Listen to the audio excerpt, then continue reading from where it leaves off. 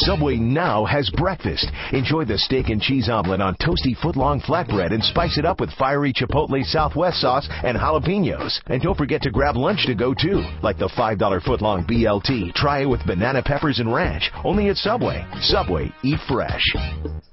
The BS Report is a free-flowing conversation that occasionally touches on mature subjects. First of all, this is the BS Report with Bill Simmons. It might be cool, I don't know. And if it's not, I don't care. The BS Report with Bill Simmons. Bill Simmons works for ESPN. He's also named the Sports Guy, and he writes a comical sports column. He must be a popular dude. The BS Report. It's got a real dirty sound, like a rusty steak knife cutting through a well-aged steak. Now.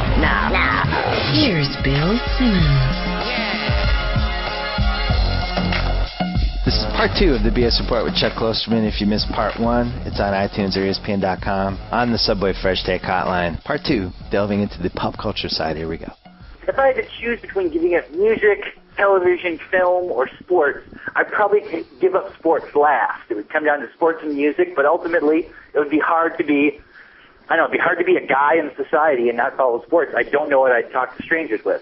Would you give up music because you liked music more 10 years ago than you do now because you just don't like the direction of music? No. I think music's pretty good right now. Okay. I mean, I just find that I rely more on sports. Yeah. I mean, I think we've talked about this before. If I'm meeting one of my wife's friends and her friend is married to a guy, the whole time before I meet him, I am just hoping he likes sports. That's the only thing I'm thinking about, because I know we're going to have dinner, and I don't know I have a hard time talking to people I don't know, but if he knows about sports, I know I can talk to the dude for 3 hours, you know? And the odds are probably 20 times higher that he's going to like sports and he's going to like metal rock. Oh, totally. And there's and also there's a much higher expertise level of sports in this country than anything else. I mean, I will, you'll go to a bar in an airport, right? And you'll be sitting next to somebody who I can't imagine having an in-depth conversation about anything, but yet they'll know everything about the Seattle Mariners. Yeah. Everything. And in a way that I can talk to this guy and I can learn from this person because, they're so ingrained in that world. I mean, talking about music, it's hard to find people to talk about music with, to be honest. There's not a lot of people I know that I enjoy talking about music with. There are hundreds and hundreds and hundreds of guys I like, and women, I suppose, talking about sports with, So music got too splintered. What? Music got too splintered. I think when we were growing up, it was easier to talk about music than it is now. Now everybody's got their little groups and their little paths that they like this music the most, and you can't talk to them about this music unless you're fully versed in everything that's happening in that specific genre. You know what I mean? That's part of it. It's part of it, yeah. It's just that, talking about music, the whole thing is about agreement, right? Finding things you agree on. Like finding artists you both really like, or producers you both enjoy, or certain ways, certain guitar players you like. In sports, it doesn't matter if you agree or disagree. The conversation is equally good. And sports Okay. Oh, I'm just saying that if I talk to somebody and we have differing views about sports, that's sort of part of it. I find it extremely, extremely boring when somebody comes up to me and wants to argue about the merits of KISS. That sounds awful. I always enjoy when somebody wants to come up and talk to me about things they like about KISS because I like them too, but I just have because that's, here again, it's a totally subjective thing. So I don't want to spend time trying to convince someone to like something they don't like. I'm glad they don't like it. Or at least if I'm not glad, I certainly don't care. Whereas with sports, you're not trying to convince the other person. You're just sort of, they think, they think Tom Brady is better than Peyton Manning, and maybe I disagree. So we just sort of make our arguments, and there's no assumption the other person's going to be convinced, The one thing I noticed, with this whole NBA summer and even the playoffs, is that, and I don't know why this is, but the NBA lends itself to the most arguments. that are really good, and you can take either side, and it just never ends with stuff you could, like even something like Kobe playing not well in the finals and having a bad Game 7. I could argue with a Laker fan about that for 3 hours. I'm not even, and I have, by the way. Or so LeBron not choosing the Knicks, and you could argue with a Knicks fan. Listen, the Knicks don't matter anymore. I don't know. Oh no, they absolutely do matter. You could go with that for hours. And Durant versus Chris Paul. I mean, it seems like we're constantly you have to take one side or the other, and for some reason it works the best for that. Okay, I have a question for you. I just remembered. I wanted to ask you. Those are always scary words. Okay, so I was listening to your Bissinger podcast. Mm-hmm. Okay, and you were talking about this wedding ring theory you have. Yes. That if you know someone who says they're getting married, you don't believe it until they see the ring. You know? Yeah. Uh-huh. As I'm listening to that, I was thinking about a podcast you did, I think with Mark Stein, about Chris Bosh going to the Lakers. Do you remember this? Yeah. Okay. I feel like you were the main proponent of that belief in society. Maybe it was I was. What did I do? You guys talked about Chris Bosh going to L.A. as if it happened, or like it was so destined to happen that there was no way around it. You were already talking about how this would affect other teams and their choices. You know what we found out? You know what happened though, and that this was a valuable lesson. It seems like that was leaked by the Lakers to kick Andrew Bynum in the butt. Okay, so but doesn't it was false information? Doesn't it okay, so this was like a false wedding ring?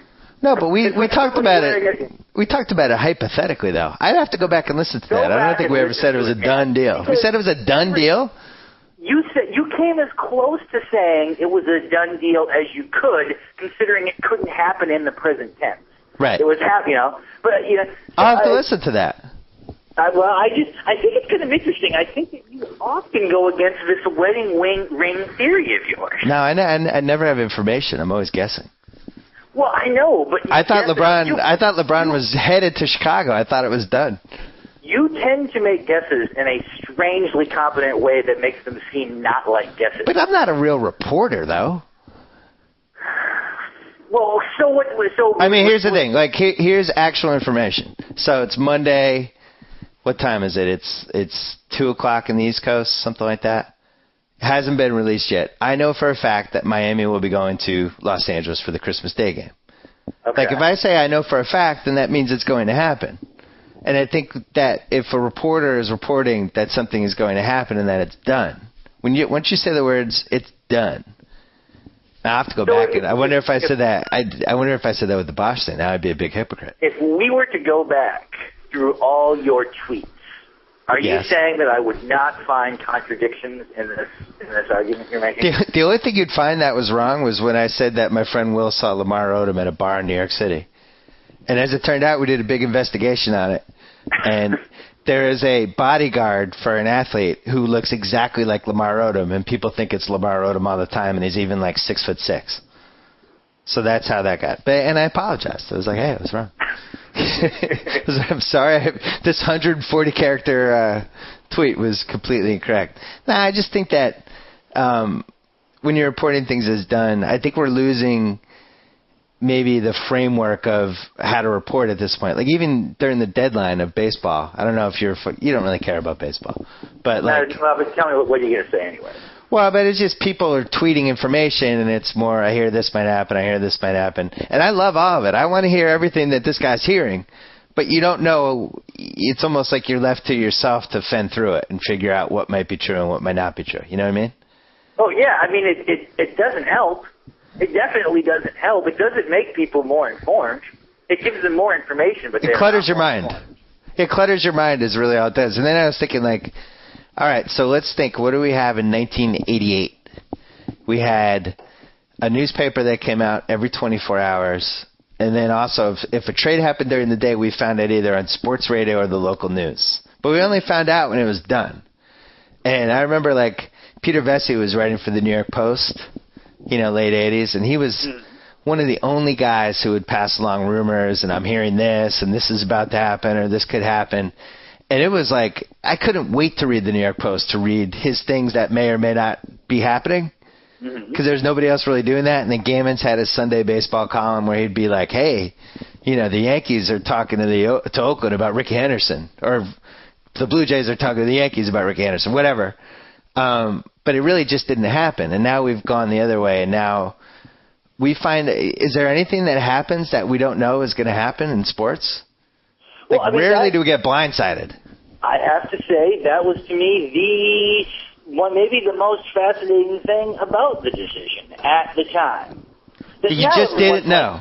Because everybody now is acting like we knew it was going to be Miami, and that was not the case. The ratings would not be what they were if that had been the case. And then people were like, Us Weekly said that, he had gotten all these cabanas done in Miami. Yeah. That's true. That proved to be right. But it wasn't like anybody was saying this proves it at the time. It had been a long time in my memory that so many people wanted to know a seemingly very knowable fact that no one did. I thought that was very interesting, and it felt very jarring because you're right. It rarely happens now.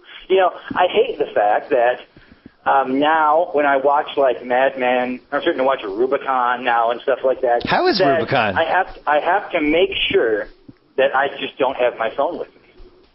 Because maybe I'm 10 minutes behind. Maybe I paused it or something. And I have to live in this total awareness of that things could be spoiled. And I saw someone, I was looking at Twitter and somebody was talking about how they said, if you haven't watched a show in 24 hours and you're on the internet, it's sort of your own fault if something gets spoiled.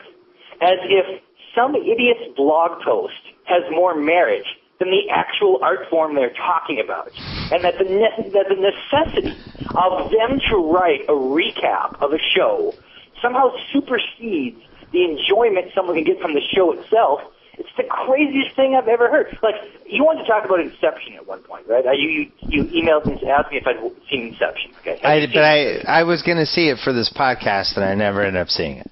Oh. Well, it's very good, right? And I would really enjoy talking about it. But even as I was thinking about that, I was like, I overlook the fact that I tend to see everything I like immediately, and that for a huge chunk of the world, that movie is something that they're going to see later. So now the question becomes, at what point is it reasonable to talk about Inception? What would you say the answer to that is? Where we could actually talk about plot points and what it means, things like that. Well, what we try to do is if it's something like that, or if it's I had a TV critic on last week, Alan Sepelwan. We talked about Mad Men. We saved it for the very end for the people that hadn't seen it, and we just give them a heads up. But what's the cutoff? I mean, okay. I would say Darth Vader is Luke's father. Did I spoil that? It's so funny. I guess not, but I'm wondering where it begins, where you can say anything, because it's really hard. You can review a movie without doing spoilers, but it's hard to do film criticism. I got an email from somebody who read my basketball book who was upset that I ruined The Usual Suspects for them because they still hadn't seen it. He was legitimately upset, not like playing around upset. Like, you should have given a spoiler alert for The Usual Suspects. I'm like, really? That came out in 1994. You did a spoiler alert? That is pretty weird. Are you sure they were serious? It was a serious, angry email, or if it was one of the greatest parody emails I've ever gotten. But I really felt like this guy was mad. I would say if he hasn't seen The Usual Suspects, I'm assuming this was a reference to Kaiser Soze, right? Yeah, to Verbal Kint, his foot turning. The movie's not called The Usual Suspects: the Kaiser Soze story. How does he even know what you were talking about? How would he even know that? How would he even know what that spoiled? Well, that Kevin Spacey is Kaiser Soze. That's the spoiler, and that's probably what I had in the footnote. But to answer your question, I think it's about 4 weeks, because I think it's harder for people to get to the movies than it was once upon a time, especially there's more to do now. You got to get, especially for people who have kids, you got to get a babysitter, you got to figure out what day you're going. I would say 4 weeks. You agree with that? Well, first of all, you seem to be really personalizing it's hard to get to movies now. I don't know if a 21-year-old listening to this podcast feels that way. Well, but I gotta get a babysitter. That's a totally new thing. Why is it that everyone with a kid thinks everyone has a kid? I'll never understand that. Everybody who has a kid. I didn't say everyone. I didn't say everyone. You'll understand. Kid, they all think that everyone must have a kid. No. So it's like, why would you not? That's not what I said. I said for some people out there, it's harder to get to movie theater. It's also more expensive. Some people, I think, especially poor people maybe out of college, you don't have a ton of money to go spend $12 on Inception when it's going to come out on DVD in 6 months. I think it's a little bit different. There's more to do. You don't, like in 1985 or whatever, we didn't have a ton of options. A movie came out, you went to see it. Now I find myself a lot of times waiting until it comes out on DVD. And we have some nice TVs. Don't statistics indicate otherwise? Movies are in theaters for a much shorter time now. Right. When you look at the number of people who go to opening nights, the percentage of people who see a movie in its first weekend is much higher than it was in the 80s. In the 80s, very often, in the 80s, a movie like Rocky III could come out, and people wouldn't even know it was out until it was in theaters. Because if they didn't see a commercial and they didn't see a trailer, this even predates things like Entertainment Weekly, who sort of started this idea of telling people when every book and movie and record came out. I don't think that's the case, Bill. I think the opposite is true. No, but you're missing a crucial part of the component. In the old days, you had to go see the movie in the movie theater because it was the best way to see it. And starting about 3-4 years ago, that's true. You had to get a big-ass TV, and it was basically the same experience, and you weren't dealing with people on their cell phones and all that crap. I think that's the main reason Avatar did well, because it was the first movie in a while that people felt like they had to see it in the theater.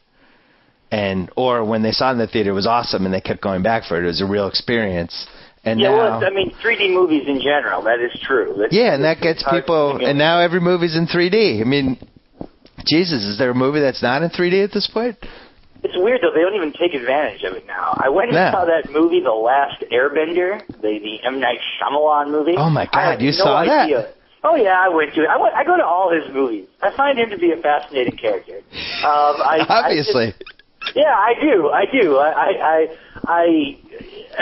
could talk a long time about what I find interesting about him, I think. But so I went to this movie, though, and it was absolutely the worst movie he's ever made. Maybe the worst movie I've seen in a theater in a decade. But there was also no reason for it to be. There was no three-dimensional aspect to it.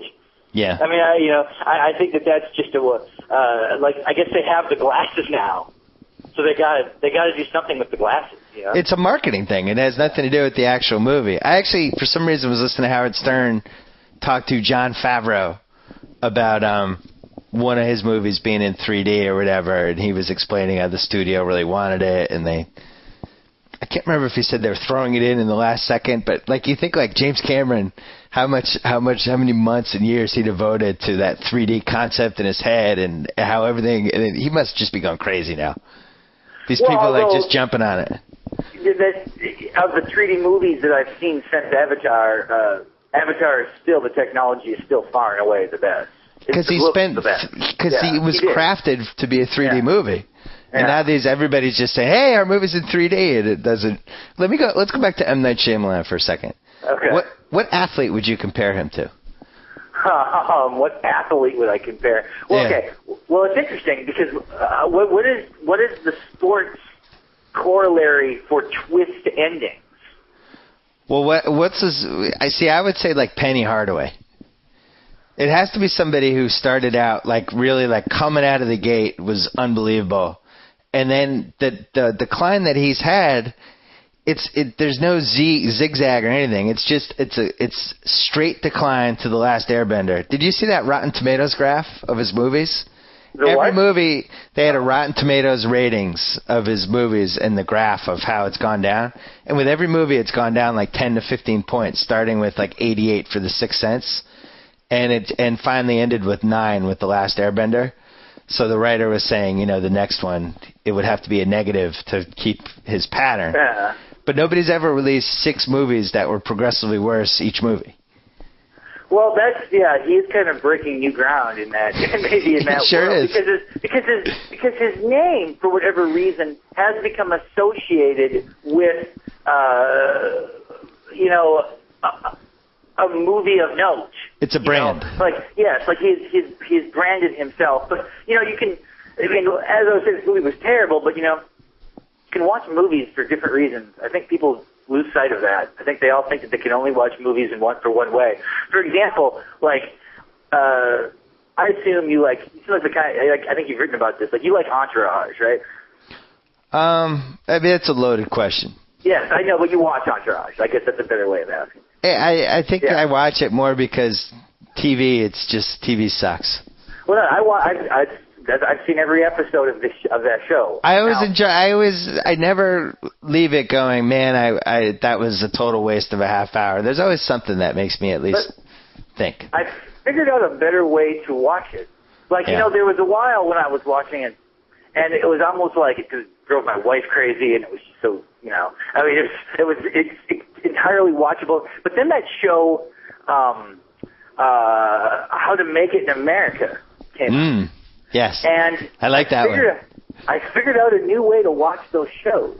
Yeah. It's okay, in every television show, there's kind of the A content and the B content.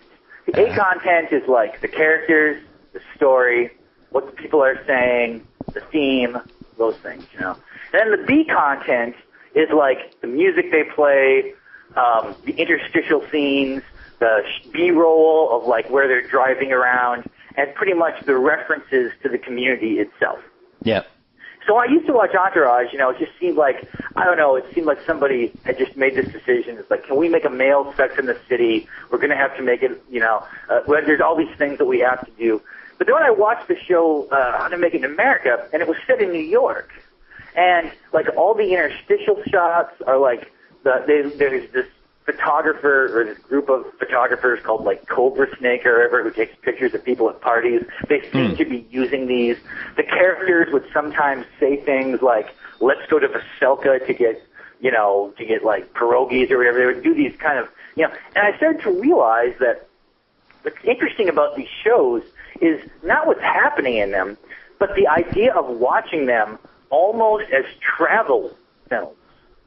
Entourage is showing people what Los Angeles looks like. And they're showing you what kind of music they assume we think people in L.A. listen to.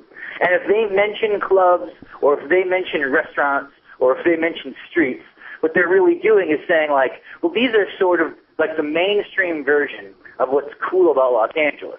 So now when I watch Entourage, I almost invert it in my mind, where I just sort of watch it, and I don't really care about the characters at all or what they're saying. I'm just interested in all of the things around them. And then it's like watching a travel video that's extremely well done. There's this extremely high production value to a TV show that, in my mind, it's living in Los Angeles. And they've created these 4 little characters to lead you through the story. When you're a little kid and you're in school and they want to teach you, you're going to watch a movie about, say, the Revolutionary War. Right. So, they create, Johnny Tremaine, or they create some character who's just sort of supposed to be just kind of a caricature of somebody who lives during the Revolutionary War. And there's a little plot, and the whole idea of the plot is to, give you the social studies aspect of it. I guess that's what I watch. That's how I watch Entourage now, kind of it's social studies. I find it very enjoyable, that one. I'm going to piggyback your point in a second, but I think the other reason I watch it is there's certain TV shows that I like to watch because I like to think, oh, they should have done this, they should have done that, why didn't they do this? Almost like you're the VP of Common Sense for the show. And for some reason, that's one of them.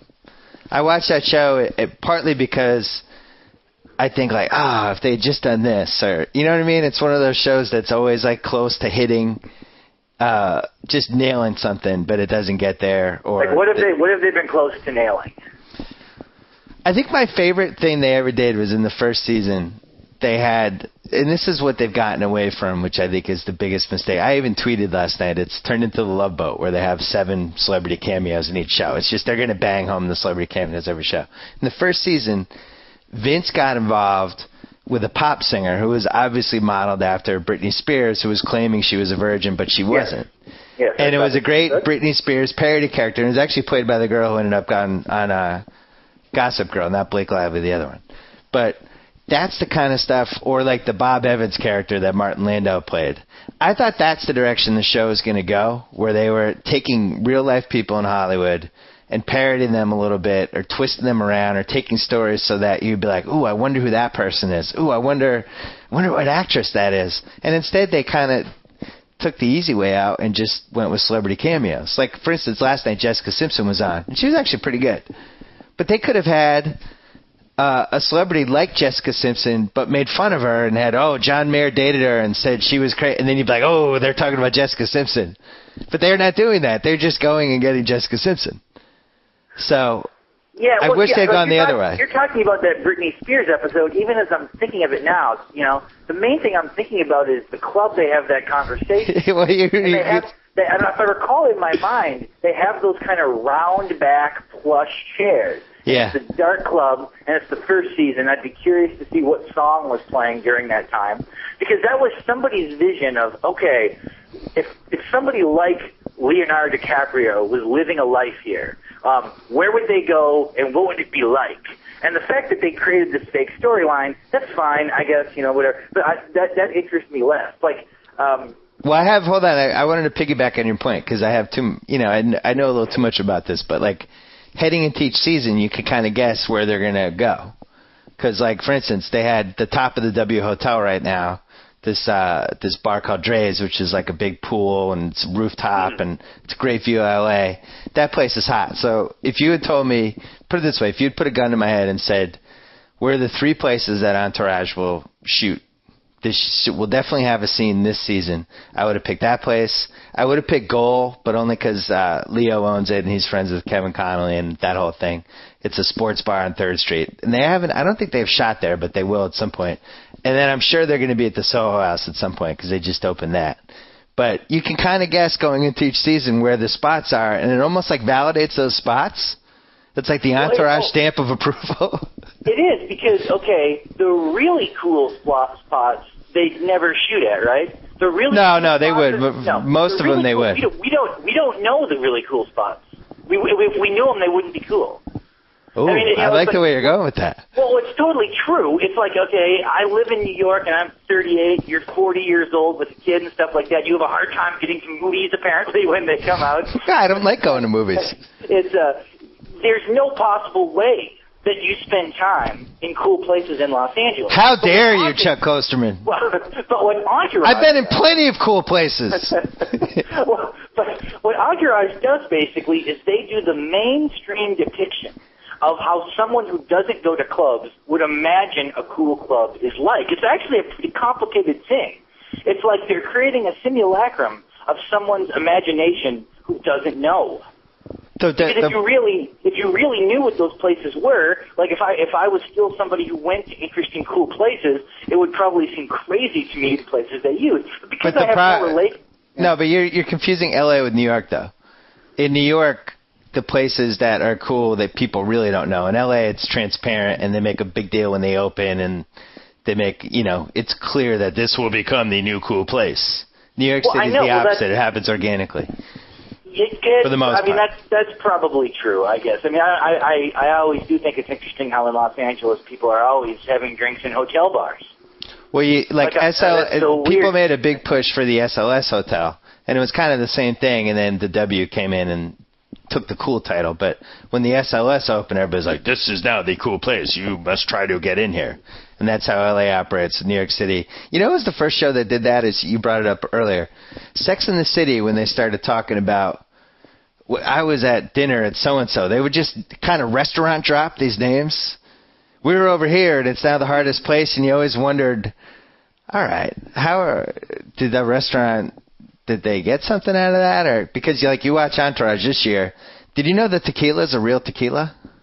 I'm not surprised. I'm sure there's but now that's the next step where that's like some almost like it's such an open marketing. It's like if they're not even. Next step, the step's been made. They made it. That's a real tequila that every week they're having a commercial placement for. And look, if it makes the show more money, God bless them. Well, it's just something that's happened over time that has happened in entertainment is the realization that name brand items actually increase realism.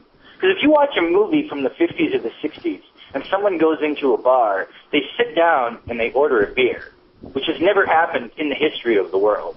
And over time, one of the first times I really noticed this was in the movie Blue Velvet, when Kyle MacLachlan goes to a movie and they have a discussion over whether or not to get Heineken or Budweiser. You know, he mentions how it's the king of beers or whatever. But what that really does, even though it seems gratuitous, and our natural inclination now is to think this is product placement, it totally heightens the realism. Because nobody ever orders anything without using the brand name. When it's gratuitous is when you have situations like the American Idol guest drinking the Cokes, you know, holding the Coke up and basically showing it to the camera before Simon takes a sip. Well, the most gratuitous one ever was an episode of Survivor where one of the rewards was scope.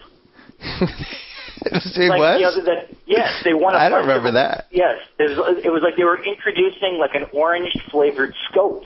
I remember. And granted, if you haven't brushed your teeth in 2 months, yeah, you would love the idea of having some scope. But then it was like the people talked about how great it was and stuff. You know, I mean that's what reality programming very much is. I mean, it's like you don't pay anything for talent, and the ratings are really high, and you can push any product you want. You know? Now, in my football column last season, we had a little sidebar called the Miller Lite Great Call of the Week, where I wrote a great call.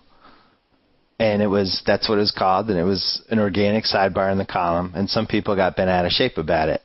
In my opinion, whatever, it's something that would have been in the column anyway, and if it could make ESPN money, God bless them. I wouldn't have done it if it wasn't a product that I didn't like, and I like Miller Lite. I'm certainly not one of those people that is tweeting different sponsor stuff like that. In this case, it was like, yeah, I like Miller Lite. Let's do it. Screw it.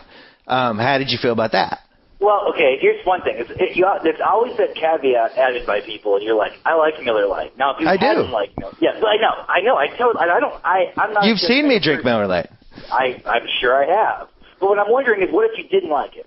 Would that have affected your choice at all? Yes, I wouldn't have done it. You would have. Yeah, so I wouldn't have done it. Like a beer, like say you don't like what's a beer you don't like? Well, we can't say that because that might be a potential sponsor and we antagonize them. Well, what they say you get. So you're saying you would accept a sponsor by a product you don't like. No, I'm saying it might be a sponsor on the ESPN network of whatevers. It's a very odd. People have a very odd relationship with advertising. It's very, I wrote about this once a long time ago when Arrested Development was going off the air because they couldn't get any, no one wanted to advertise. Their ratings were that low. And I was like, well, what if there was an episode where everybody in the cast wore a Coca-Cola shirt for the whole episode? Okay. A, that would be funny because that was certainly a show where they could have easily fit that in. And B, it's also better than the show going away. I mean, people just do not accept the fact that the only reason television shows exist is to connect the commercials. Everyone sort of knows this, but we just sort of deny it. That's the only reason television exists. Well, then what if you said, what if the Memphis Grizzlies said, hey, David Stern, we got $20 million from Elvis's estate for this year, and we're going to wear Graceland.com on the back of our jersey, and we need that money. Like, would you have a problem with that? Well, what's the alternative? The alternative is we're going to keep cutting costs and putting out a crap product. Then I guess I would prefer them to do it. See, that drives me crazy with pro sports is that they bastardize every conceivable part of sports, and we have to sit through these commercials all the time. Football games are now routinely 3.5 hours because they jam so many commercials because, God forbid, you kick off and then can run first down right after the kickoff. At that point, why not just put sponsors on the jerseys? What's the big deal? Yeah, I mean, that's a part of the reason, I mean, and everybody knows this, that the World Cup ended up appealing to people who normally don't like sports. There's a lot of reasons that was the case. One, because soccer is not really like sports the way we know them, but also because it was shocking to people to start watching an event that didn't break away. Right. Because we're now conditioned to watch anything until the break. It's like if I'm in a bar and I'm waiting to leave and I'm watching a sporting event, I'm going to wait until the commercial break, even if I'm not that interested, unless I'm missing a plane. That's sort of my cue that, well, okay, there's a stop in the action. So when you show somebody something that actually doesn't stop, it really tricks them. It makes them feel as though they're still watching something that should only be 10 minutes long, but here it is 45 minutes long. Well, DVRs didn't help that either, because now that we can watch shows on DVRs, you get used to just being able to zoom through them, and when you watch an event live, it seems even slower, the commercials. Well, did you watch Mad Men last night? I did, and I was TiVoing through it, and I stopped for the Dove commercial. So did I. Yeah. Totally It was like, did. and then I'm like, who are these people? And I got mad. It made me angry. I gotta say, it was kind of a brilliant ad. I mean, I hate to call advertising brilliant, but it really was. Even the lens they used on the camera was identical to the Mad Men lens. And that clearly came out of people sitting around talking about how the fact that that they have a sophisticated audience and a fluent audience, many of which who watch these shows on TV. Like, I would guess Mad Men loses more commercial things than the average show because of the kind of person who watches it. So the question became, how can we make someone think the show is starting? And they did it exactly, you know? And even though that was one time where I watched the ad and I was like, I'm glad I watched that. You know, they weren't the first one, though. Somebody was the Jackie Robinson for this idea. It wasn't them. Oh, it probably, yeah, but You're a Lost fan. You should remember this. Oh, well, yeah, Lost, the last episode, Lost did that a lot, I guess. No. The whole season, I forget, the funny thing is I forget the product, so obviously it wasn't a good ad, but it looked like the Lost plane crash, and it wasn't. It was an ad for the Lost plane crash, but they had the actors kind of sort of looked like the Lost actors, so if you're fast-forwarding, you have to stop. And they found like a refrigerator of beer. Yeah, that's what it was. It was a beer commercial. Yeah. But that seemed a little bit more like satiring Lost. The thing with Mad Men, that was clearly an attempt to fool us. A DVR stopper. Yeah. Yes.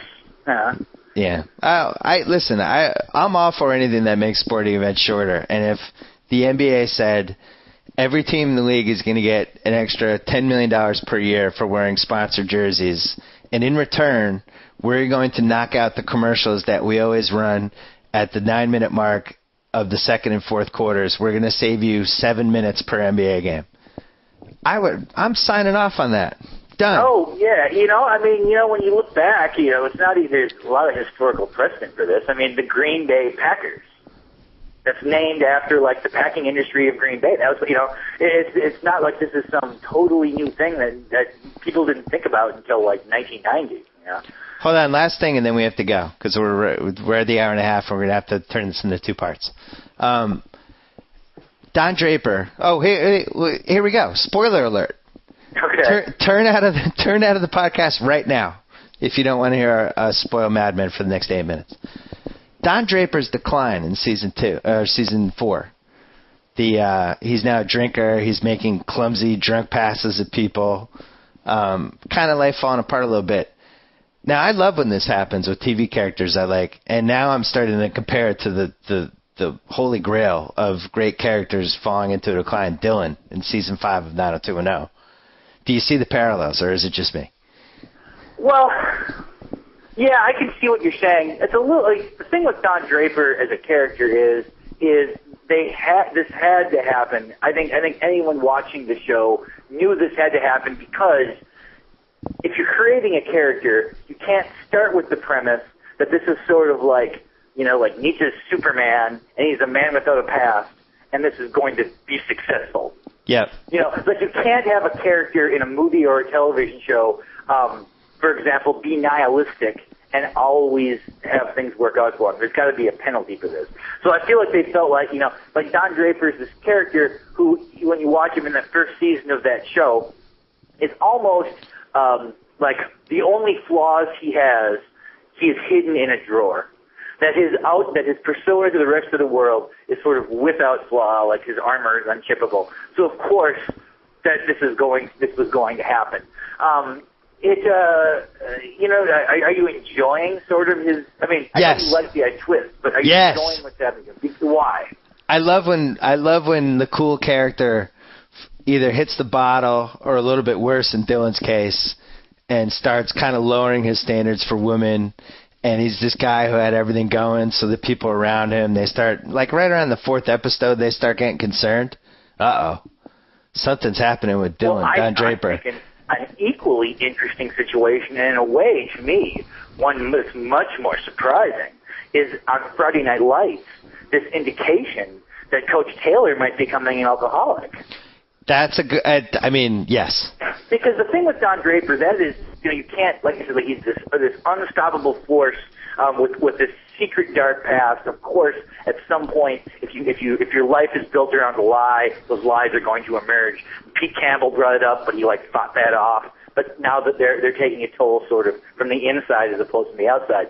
The Coach Taylor stuff, they'll put Friday Night Lights is a little like 90210. Well, they'll sort of torture any of the characters, Right.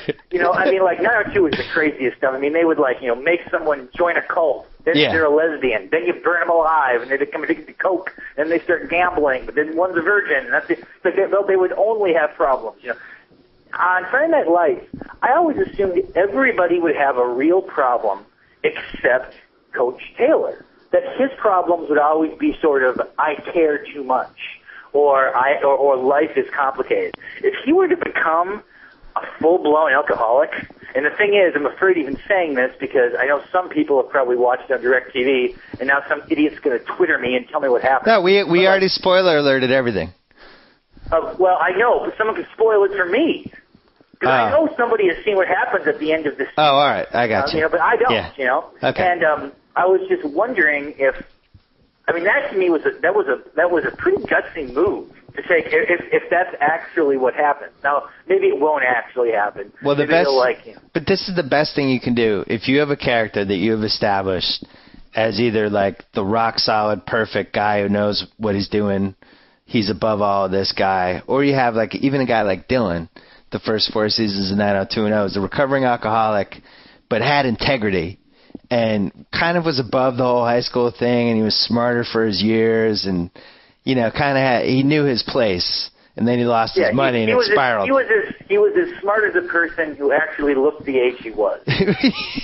Great point, and 10 years younger than Ian Ziering. But so you have him. That was one of my favorites. Don Draper, what's happening to him? If Coach Taylor, if it goes in that direction, that'd be incredible. Another good one, a long time ago. Cheers, Sam Malone.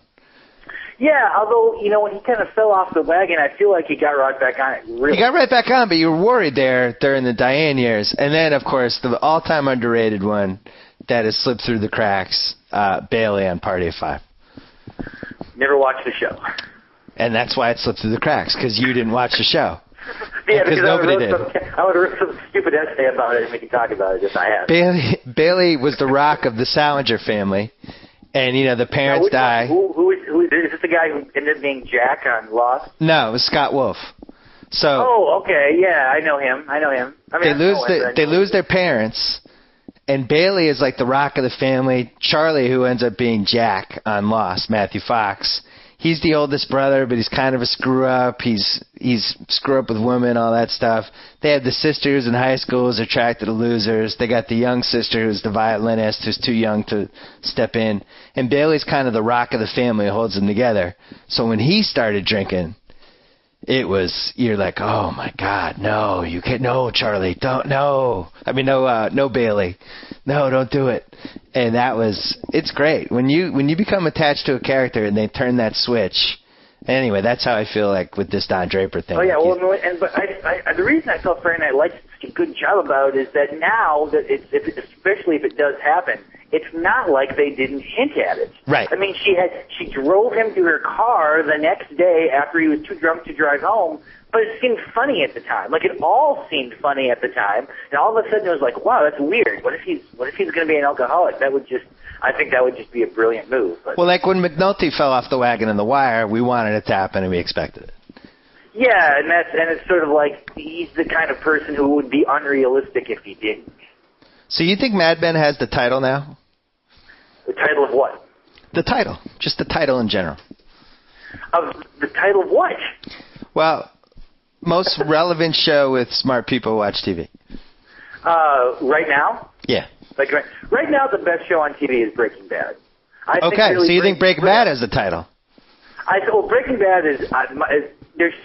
they never waste any scenes. The acting is great. The ideas are incredibly unique. It's shot in this very interesting way in the American Southwest where the light is always different, so it has a visual kind of optic look that's different.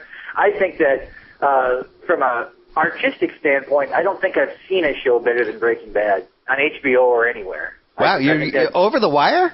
Yes. The Wire has the best writing, the best pure writing. But the thing about The Wire, we've talked about this before, is it sort of requires you to have a certain kind of political affiliation with it. Okay. Whereas Breaking Bad does not. I mean, Breaking Bad is not about politics, it's about morality. Whereas The Wire was always like, it's moral issues, but they really fall in line with a certain kind of East Coast perspective on how society should work. And that's great. I mean, I feel like I don't want people to think I don't like it. I mean, I loved it. But I don't like shows that require you to have sort of a political agreement in order to really get on board. And Breaking Bad does not do that. Yeah. I'm 4 episodes in on Breaking Bad, and I'm head over heels for it. It's great. Going to continue it this weekend. Let me throw this at you because then we can bring it full circle. Breaking Bad and Mad Men I would say Mad Men is 2 right now it's either 1 or 2 depending on how you feel about Breaking Bad. Absolutely. Bringing it full circle, a little like LeBron and Wade being on the same team. Is it like AMC now is Miami? Is that what AMC is Miami. So Rubicon is Chris Bosh. Huh? Well, Rubicon is Chris Bosh. And I think when they show A Few Good Men all the time, that's Eddie House. Comes off the bench, you never know when you might need him. Can hit a couple threes. So, all right, Chuck Klosterman, a pleasure as always. Oh, anything to promote? Do you want anything coming up? Anything you're writing? Anything? Well, you already promoted my book, didn't you? Okay. Yeah, there you go. Yeah. All right, good enough. Yeah, and then I'll have another book next year. Talk to you soon. Next July. Bye-bye. So I get to sign off. Whoa! Thank you for downloading the BS Report with Bill Simmons. Too much fun. Check out more podcasts at the iTunes Music Store or at PodCenter at ESPNRadio.com. Peace out. This concludes another installment of the BS Report. And with all the talk about sports, Bill Simmons neglected to mention this very important final thought. So many of your Subway favorites are $5 footlong subs, like a $5 footlong BLT. Try it with banana peppers, spicy jalapenos, and ranch dressing, all on freshly baked bread. Or a taste-tacular $5 footlong Black Forest ham. Enjoy it piled high with pickles, olives, crunchy cucumbers, and spicy Chipotle Southwest sauce. Subway $5 footlong subs all day, every day. Subway, eat fresh.